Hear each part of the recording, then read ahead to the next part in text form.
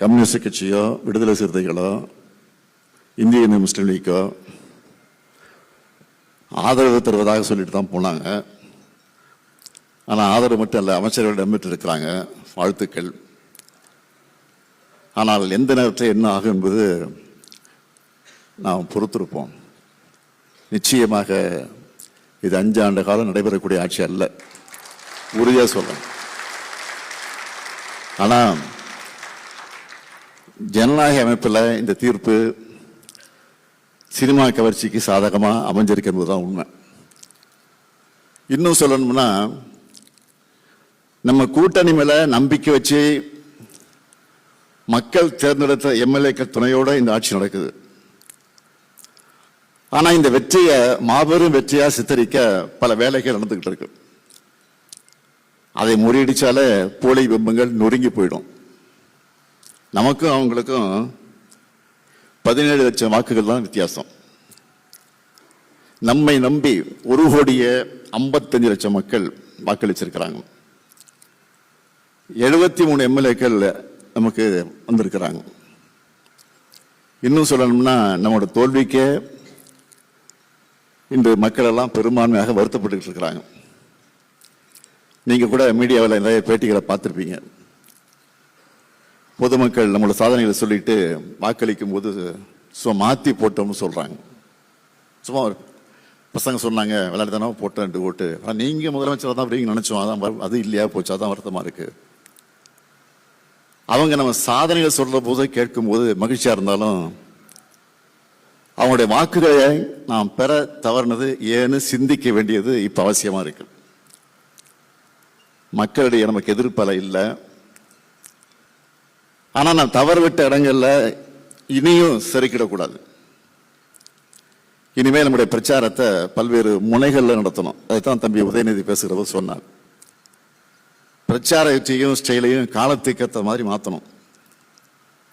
அறிவார்ந்த உரையாளர்கள் எந்த அளவுக்கு அவசியமோ அதே அளவுக்கு அதை நோக்கி இன்றைய இளைஞர்களை ஈர்க்க வேண்டியதும் அவசியம். அதுக்கு சோசியல் மீடியாவை சமூக வலைத்தளங்களை நாம சரியா பயன்படுத்திக்கணும். நம்ம கிட்ட வரலாறு இருக்கு, கொள்கை இருக்கு, சாதனை இருக்கு, எதிர்காலத்துக்கு தேவையான தொலைநோக்கு பார்வை இருக்கு. இது எல்லாத்தையும் இளைஞர்களுக்கு எடுத்து சொல்லணும், அவங்களுக்கு புரிகிற மாதிரி சொல்லணும். புரிஞ்சுக்க ஆரம்பிச்சா இளைஞர்கள் திமுகவை நோக்கித்தான் வருவாங்க. அதுக்காகத்தான் பொறுப்பும் கடமையும் இளைஞர்களான உங்ககிட்ட நான் ஒப்படைக்கிறேன். இதுக்கான ஒர்க் ஷாப்புகளை தம்பி உதயநிதி நடத்த வேண்டும் என்று நான் உங்கள் அனைவரின் சார்பில் அந்த நேரத்தில் கேட்டுக்கொள்கிறேன். 50-80 பேர்னு குழுக்களா பிரிஞ்சு ட்ரைனிங் கொடுக்கலாம். இன்னும் சொன்னா ஆன்லைன் ஒர்க் ஷாப் நடத்தி பயிற்சி கொடுங்க.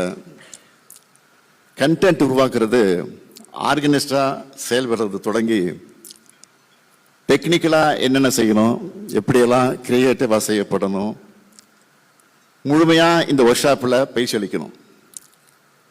அதை சரியா செயல்படுத்துறதையும் உறுதி செய்யணும். நம்முடைய சாதனைகளை சரியா கொண்டு போய் சேர்க்கிறது தான் நம்முடைய கடமை. அது செய்யாமல் விட்டது நம்முடைய தவறு. இனி அது நடக்கக்கூடாது. சோசியல் மீடியாவில் மட்டும் இல்ல, குடும்பங்கள், உறவினர்கள், நண்பர்கள் தொடர்ந்து அரசியல் பேசுங்க. நம்முடைய இயக்கம் அறிவியக்கம் என்பதை காட்டுங்க. இளைஞர்களை நம்ம இயக்கத்தை நோக்கி அழைச்சிக்கிட்டு வாங்க. அதுக்கு இந்த நோக்கத்தோட உங்களுடைய இந்த பணிகள் எல்லாம் கூர்மைப்படுத்தணும் தம்பி உதயநிதியை கேட்டுக்கிறேன். இளைஞர் அணியரான நீங்க தான் இனி இந்த இயக்கத்தோட எதிர்காலம். உங்களை நம்பித்தான் இந்த இயக்கம் இருக்கு, தமிழ்நாடும் இருக்கு. உங்களுடைய உழைப்புக்கு நிச்சயம் உரிய அங்கீகாரம் கிடைக்கும். இங்க எத்தனை இளைஞர்கள் இருக்கீங்க, உங்க நண்பர்களோட உரையாடுங்க. அவங்கள கிண்டல் பண்ற மாதிரியோ புண்படுத்துகிற மாதிரியோ பேசாம பொறுமையா அவங்களுக்கு புரிகிற மாதிரி நம்ம தரப்பு நியாயத்தை எடுத்து சொல்லுங்க. நம்ம ஆட்சியில் இருந்தப்போ இருந்ததை விட இப்பதான் நிறைய இளைஞர்கள் தீவிரமா திமுகவை ஆதரிக்க தொடங்கி இருக்கிறாங்க.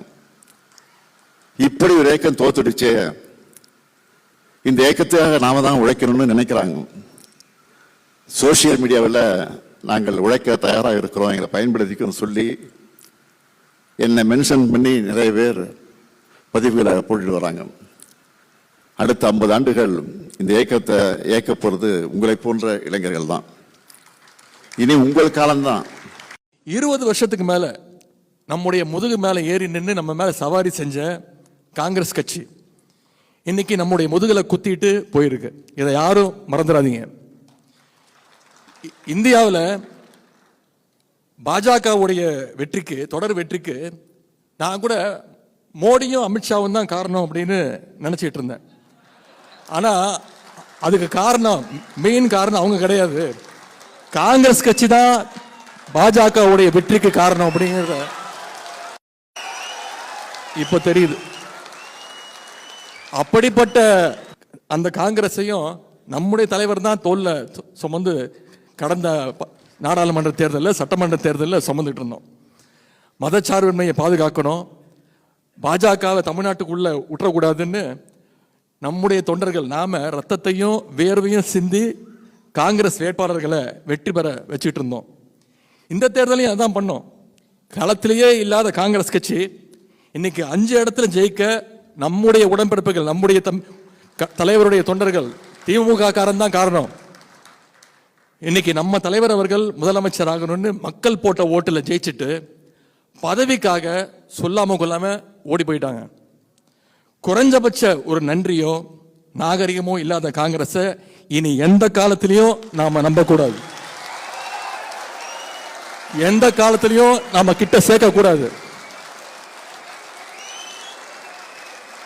அவங்களுக்கு சரியான பாடத்தை நாம கத்துக் கொடுக்கிறோமோ இல்லையோ, தமிழ்நாட்டு மக்கள் நிச்சயம் வெகு விரைவில் கத்துக் கொடுப்பாங்க.